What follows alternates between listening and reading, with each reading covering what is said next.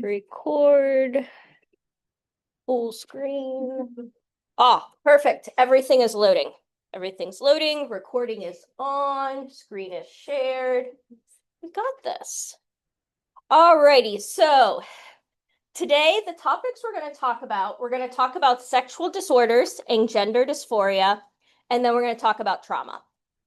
I recognize that today's topics, like I said before I started recording, are some of the most challenging topics in nursing school because we can't fix trauma that happened to people. Somebody has a heart attack, we can send them to the cath lab and we might be able to reopen those arteries. Somebody has diabetes, there's so many things we can do now to help that. But with trauma, we can't fix the problem.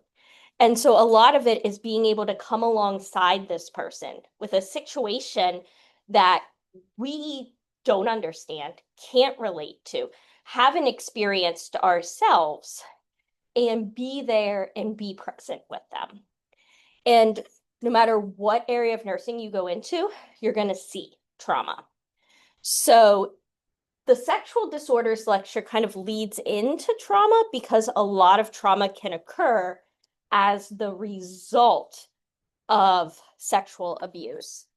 So that's why we do this lecture here. Sometimes I feel like this lecture belongs more in maternity, but we're going to do this here. So, oh, that's right. I can't use my clicker with the recording. So as always, I have the objectives here. With this lecture, I really want you to be able to focus on, we're going to talk about sexual dysfunction and then sexual disorders. For the sexual disorders, I just want you to be able to differentiate between them because you may see them in somebody's chart. So I want you to know what the terms mean. So, sexual health. Remember, for a disorder, we need to have impairment in social and or occupational functioning. So, some terms I wanted to start by explaining here. Healthy sexual behavior is the ability of an individual to be able to express their needs and engage in positive, consensual sexual encounters. Sexual functionality has 3 stages: desire, arousal, and orgasm. Sexual dysfunction occurs when there is a disturbance in somebody's ability to respond sexually or experience pleasure, and that disturbance causes them distress. Paraphilic disorders in general are intense sexual urges that conflict with the social norms and expectations. And we're going to talk about the different paraphilic disorders. Gender dysphoria is a discontent with one's gender. So gender dysphoria is not just the idea of somebody feels like they were born the wrong gender, should be the opposite gender. It's that this is causing them distress. So sexual dysfunction, simply put, is a disturbance in the ability to respond sexually or experience pleasure. Sexual dysfunction can occur at any of the 3 stages or multiple stages. So when we look at sexual response and sexual dysfunction, what is really being looked at is there a disturbance in desire? What did we learn about in psych that might cause a disturbance in desire?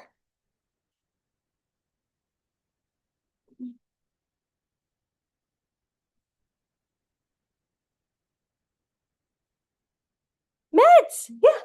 What types of meds? SSRIs are a huge cause of a disturbance in desire, which can lead to noncompliance. There can also be a disturbance. There's a desire, but there's a disturbance in arousal or a disturbance in the ability to orgasm.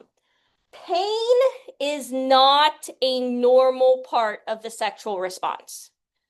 So sometimes there's a disturbance because of pain.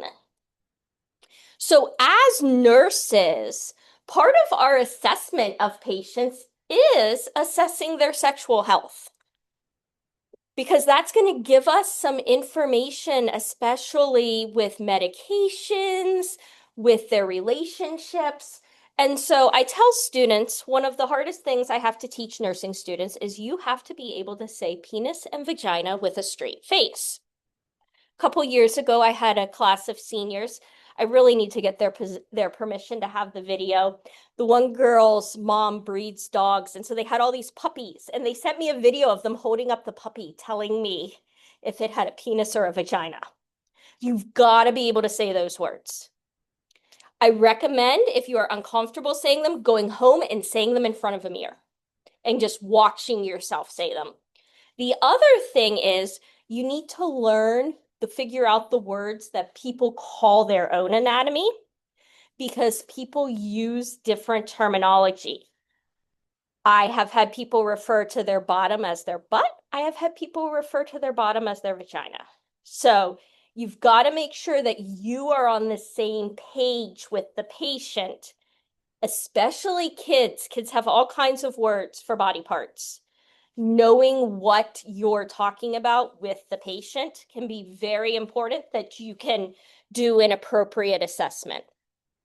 Which leads me into obtaining a thorough history on patients.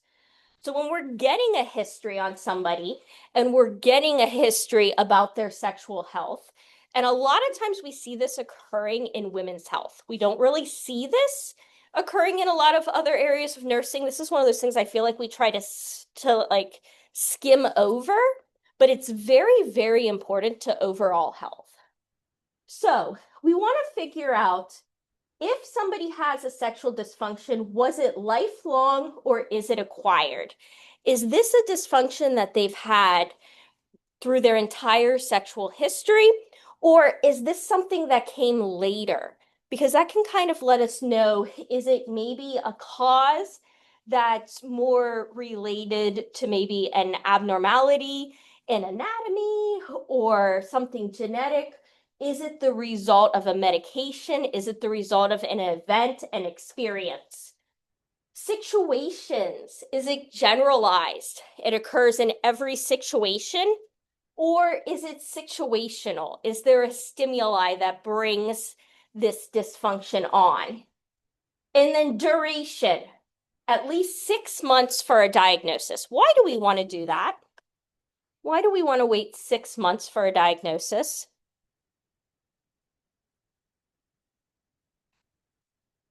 Why wouldn't we just say, oh, you're having problems, you have sexual dysfunction? I think like we said before too, we just want to make sure that the symptoms that are being presented are not being caused by something that is an underlying cause. Yes. Such as medication. Yes. Or my favorite, the UTI. Just rule out a UTI for everything, because they're a very simple fix to everything. It's my favorite diagnosis. I can give you Cipro and fix it. So, where do sexual dysfunctions come from? There can be biological causes. Cardiac is a big one. There are lots of patients that struggle after cardiac surgery with being told they can't have sex anymore, and it impacts their relationships. Endocrine and metabolic, neurological, skeletal, hormonal. Psychological and sociological, physiological, fear, stress, guilt.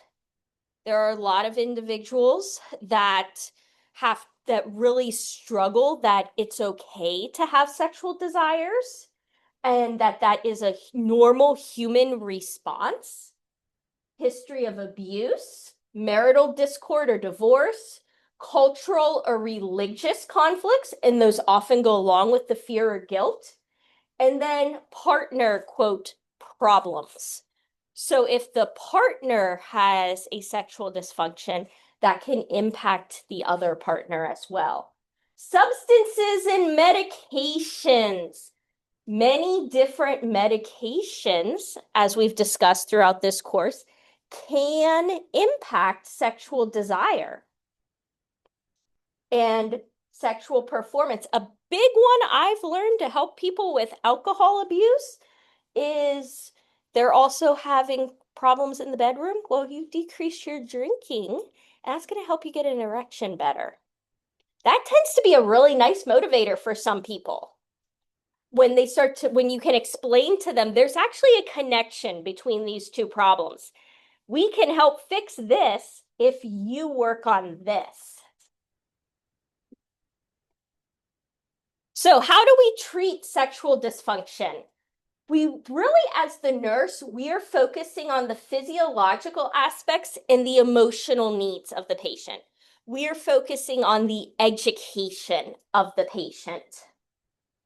The provider may change the medications, so that's why we need to talk to the patient as the nurse. If they're non-compliant because their medication is decreasing their sexual desire or their ability to be sexually aroused, we need to know that so we can advocate for that med change.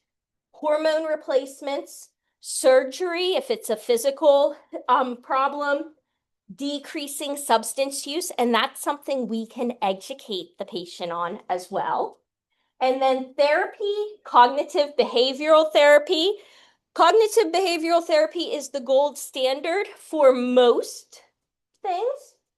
What is dialectical behavioral therapy the gold standard for?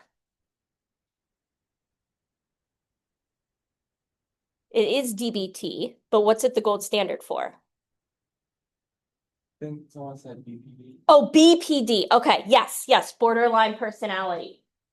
So sex therapy, exercises, Kegel exercises. Paraphilic disorders. There is a difference between paraphilia and paraphilic disorders. Not all forms of paraphilia are a disorder. Paraphilia is a persistent and atypical sexual pattern that does not cause distress. So, the person that can only have sex in the dark, but that doesn't bother them, that may be to some considered a paraphilia. It's a persistent pattern, not typical, but it's not causing them distress. Now, what can get confusing with paraphilic disorders is for it to be a disorder, it either causes them distress or it's causing distress or harm to others. So, an individual with a pedophilic paraphilic disorder, an individual who gets sexual pleasure from encounters with children, that is causing distress to the child. It may not be causing distress to the individual, but it's harmful and distressful to the child, which makes it a disorder. Does that make sense? That kind of clarification. Okay.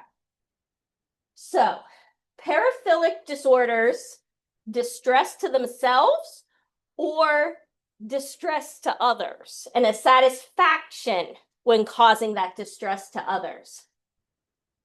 We are not going to be able to treat the paraphilic disorder. We are going to try to treat if there's an underlying condition related to it. We're going to try to manage the symptoms, but we cannot treat the disorder itself. Also, physical engagement is not required to make a diagnosis. So somebody, again, that is sexually interested in children does not actually have to touch a child to have a diagnosis. The thoughts on their own can be enough. So, paraphilic disorders are either algalangic, which involve pain and suffering, or courtship, which is different human behaviors. I'm not going to ask you which category something falls into. What I want you to be able to do is be able to identify, if you had a description of a patient, what the disorder was, or if you have a disorder in a chart, you know what it means. So, pedophilic disorder, I think that one most of us are pretty familiar with. It's sexual fantasies towards children. Exhibitionist. These are the individuals that expose their genitals to others. We have a gentleman in Gettysburg who frequently ends up in the ER because he walks through the square during tourist season in nothing but a trench coat. And he gets lots of enjoyment out of just opening up the trench coat to tourists, especially like high school groups with lots of young girls. And it's the shock, the fear, the squealing, the response, Gesundheit, that gives him the satisfaction. He doesn't attempt to touch anybody, but he is just, so when you think of exhibitionist, it's kind of like the flasher. Fetishistic. These are individuals that need a specific item to be able to have a sexual experience. So, in and of itself, would having a fetish be a sexual disorder in and of itself? No, only if it's causing you distress or it's causing harm to somebody else. Frotteuristic. These are the people that rub up against other people in public places and they get sexual enjoyment out of that. I usually use the example of the old Black Friday lines that everybody would stand in. Somebody with a frontieristic disorder, they are all about something like that. They are usually in crowded places, so subways, airports, bus stations, Black Friday lines, because they don't want you to know. So exhibitionists, they want you to know. They want you to see what they have. Frontieristic just want to rub up against you and then kind of move on. Now, that doesn't mean that everybody who bumps into you at the grocery store has a disorder now. Transvestic is cross-dressing. You see this almost exclusively in heterosexual men. This is only a disorder when it's causing the individual distress. So a man that cross-dresses, but is perfectly okay with that part of his life does not have a disorder. It's when it causes you distress. Voyeurism is observing unsuspecting people engaging in sexual activity. I had a neighbor growing up who got very upset when my dad planted this really nice pine tree in front of his bedroom window because she liked to watch my dad undress after work. She actually called my parents and asked them to cut down the pine tree. My dad went and bought blackout curtains instead. That is voyeurism. So you'll remember it now. That is voyeurism. So the concept of the peeping Tom. This is different than watching pornography. The thing with voyeurism is the unsuspecting people. My dad had no idea that when he was dressing and undressing, that the neighbor lady and her binoculars were watching him. I'm sure he'd love that I'm telling the story. It's different than watching pornography. The adults that are performing pornography are expecting somebody to watch it. That's why they're doing it. Sexual masochism. This is individuals that get pleasure out of physical or mental abuse and humiliation. This can very quickly turn into a disorder if it's causing harm. Erotic asphyxiation. When I started out as a nurse, this was a big thing in high schools, was the erotic asphyxiation. Have you guys heard of that term? It's when you suffocate somebody, and the idea is that if you start to suffocate somebody right before an orgasm, that it intensifies the orgasm. The problem is you don't want the person to actually pass out. So it becomes very, very concerning of going from what some people say is an excellent experience to a medical emergency. So we actually went to at Holy Spirit when I worked there, we actually went to some of the local high schools and did a talk as ER nurses about the concerns with erotic asphyxiation and the risks about it and the dangers of it. So somebody comes in, what symptoms or signs might you see with erotic asphyxiation? What might be the telltale sign? Yep, the marks around the neck. Always ask about marks around a person's neck. Sexual masochism can be consensual, but again, it becomes a disorder when it's causing distress or harm. Sexual masochism and sexual sadism tend to go together because sexual sadism is the pleasure from inflicting the harm. This can progress to sadistic rape. So the sexual person with sexual sadism and sexual masochism are in a consenting relationship, and this person starts saying, that's too much, it's too far, stop. And this person saying, I can't stop. That's when we have a disorder. Questions about distinguishing between the disorders? So how are we going to treat paraphilic disorders? Well, first off, we're not going to see very many people with these disorders. They usually do not show up and say, hi, I have this disorder. Every once in a while, you might see somebody who comes in distress from the disorder saying, I need help. I don't know how to cope with this. Usually these people get brought in through the legal system, such as the exhibitionist guy from Gettysburg. The cops bring him to the ER because, well, they don't know what else to do with him at the moment. And he does the same thing to the nurses in the ER.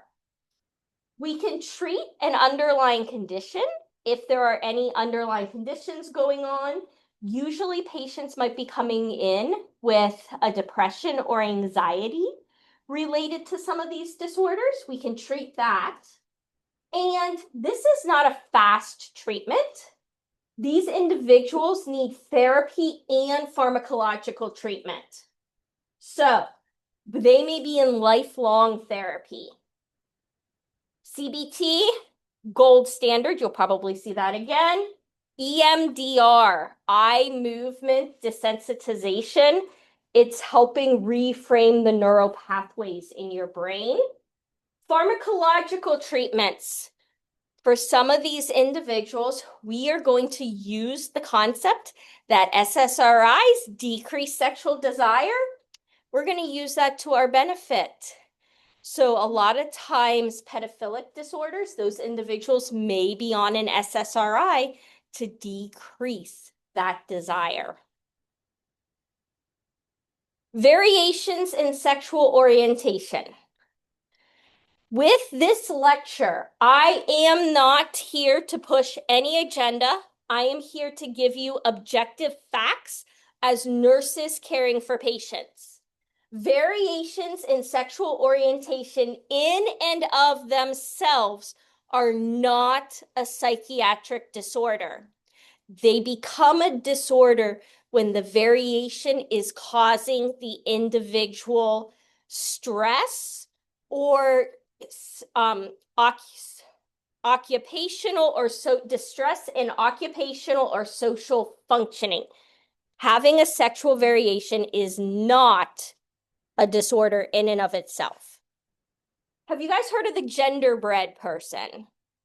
All right, the genderbread person is another student who I went through the DNP program with did a project on providing holistic care to patients, and she did a simulation project with this, and she used the genderbread person to kind of explain sexual variation. So the idea is your gender identity. How do you view yourself? Do you view yourself as a man or a woman or somewhere in between? Gender expression. How do you physically express your gender? Feminine, masculine, or androgynous, which is in between?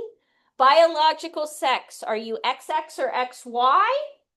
Or are you a different, like XXX, XXY? And then sexual orientation.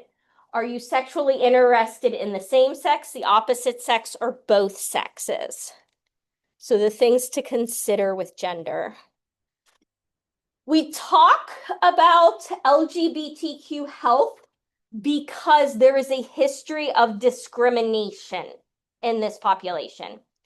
And we should not be discriminating against people because of their gender orientation. There is no disease that we can say is specific to this population, but there are a lot of health disparities for these individuals. Trouble accessing healthcare. Individuals in a same-sex marriage may not be able to get healthcare for their spouse. These individuals tend to have unmet health needs because some of them can be uncomfortable going to a provider. They're worried about the stigma of the provider, the questions. Women are less likely to have had a pap smear, especially women that dress and act and mentally believe they should be a man. They're less likely to go get a pap smear. They do not want the stigma attached to that. Imagine going in with a beard and dressed as a man going in for a pap smear. And a lot of this is related to the health insurance. Other concerns. Eating disorders tend to be more common in gay and bisexual men. Individual obesity tends to be more common in lesbian women. Increased rate of substance abuse in general. Why do you think that is? Why would this community have an increased rate of substance use and abuse?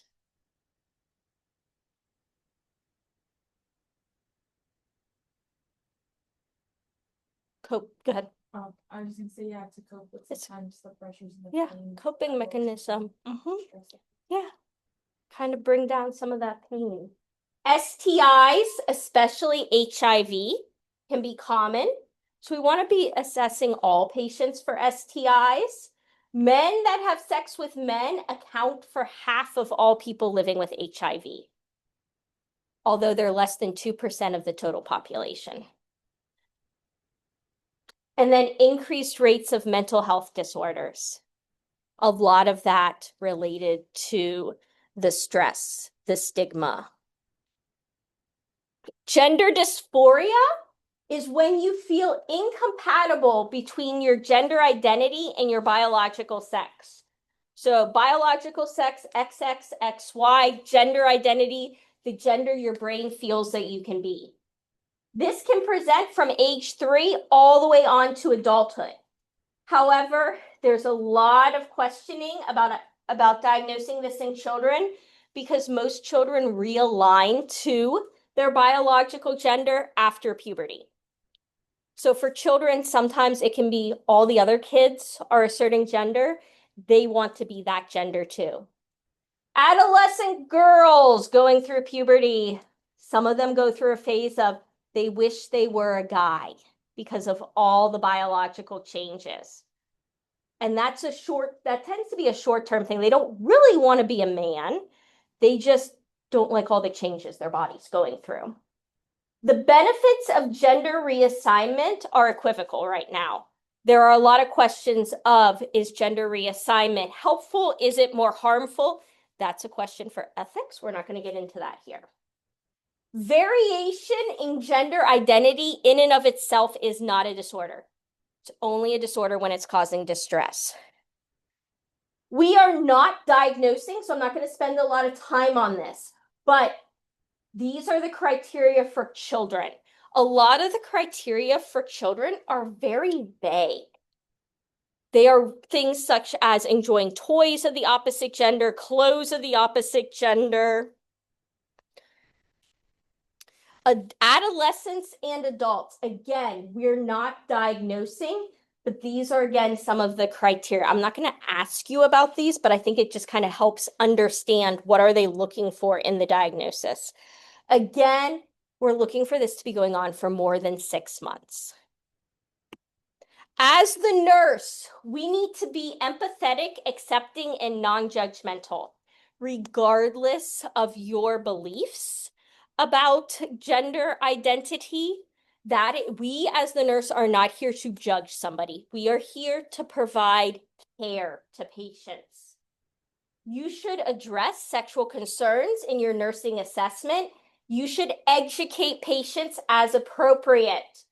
Set limits in group. You may have some patients who want to tell you all about and want to tell the whole group all about their sexual desires. You may have to set firm limits with those patients. Do not project your feelings, your beliefs onto the patient. Do not appear uncomfortable. If you appear uncomfortable talking about sexual issues, is the patient going to share anything with you? No. So practice in front of a mirror. Practice talking to your friends. Do not judge the client. Do not allow cultural preferences to take precedence over safety. Safety is always the priority. Medications for sexual dysfunction. Big thing, if the medication is causing dysfunction, is there another med we can give them? Switching from SSRIs to bupropion can be very beneficial for some patients. Cognitive behavioral therapy. When in doubt, CBT is usually going to be a good answer. Paraphilic disorders. Anti-androgens are the gold standard. Let's reduce that testosterone, reduce those desires.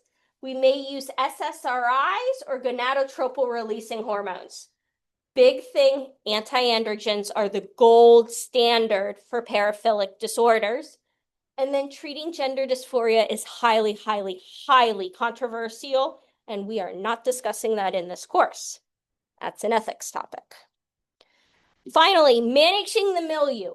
You're often not going to see these patients on the inpatient unit. If you do, you might see somebody with gender dysphoria, but what do you think they're going to come to the inpatient unit for? Yeah, depression, suicidal ideation, severe anxiety. It's not for the gender dysphoria or the sexual disorder dysfunction. So these individuals, support groups can be very beneficial. Do not allow people to overshare in groups. The goal of the treatment for sexual offenders, so pedophilic disorders, is preventing relapse. This is an ongoing process. And then there's not a lot of research about these disorders. So longitudinal research for better treatment methods, because right now we're putting Band-Aids on things. That's the best we have right now. Any questions? Yes. The anti-androgens, those aren't treating the actual disorder. No. Or I guess it's not a disorder because we're talking about paraphilia, not the disorder. Right. It's not treating the disorder, but it's helping to decrease the acting on it. Okay. So if there's no desire, if there's not a sexual desire, for example, the exhibitionist guy in Gettysburg, if he doesn't have any sexual desire, he's less likely to go walking around in a trench coat because he's not searching for that response and that sexual pleasure that comes from it. Yep. Any other questions? All righty. So what we're going to do is we're going to take a quick break. It's 9:40 now, so about 9:45.